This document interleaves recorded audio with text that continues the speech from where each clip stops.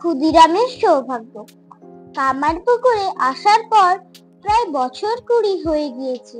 ক্ষুদিরামের বড় ছেলে রামকুমার ততদিনে সংস্কৃত শিখে স্মৃতির পণ্ডিত হয়েছেন, কিছু কিছু রোজগারও করছেন। ক্ষুদিরাম নিশ্চিন্ত হয়ে আরেকবার তীর্থ করতে বেরোলেন। আগের বারে রামেশ্বর গিয়েছিলেন, এবারে গেলেন গোয়ায়। সেখানে অদ্ভুত এক স্বপ্ন দেখলেন গোয়ায় মন্দিরের গদাধর রূপে ভগবান তাকে দেখা দিয়ে বলছেন, আমি তোমার ঘরে যাব, তোমার ছেলে হয়ে যাব।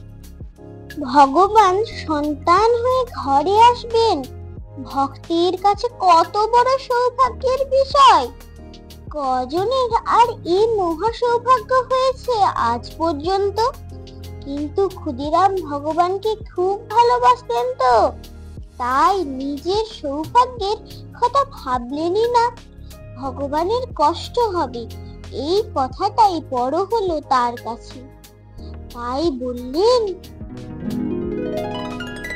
আমার ঘরে এলে তোমার যে কষ্ট হবে ঠাকুর, আমি যে গরিব, তোমাকে ভালোভাবে খাওয়াতে পড়াতে পারবো না।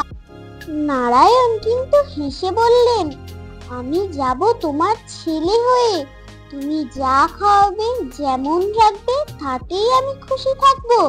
আনন্দে ক্ষুদিরামের চোখে জল এলো। পরমানন্দে বিভোর হয়ে ক্ষুদিরাম দেশে ফেরার পথ ধরলেন।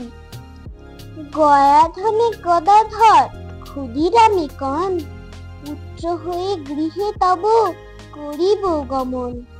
দরিদ্র বলিয়া কিছু ভাবিবার নাই, যাহা দিবে মহানন্দে খাবো আমি তাই।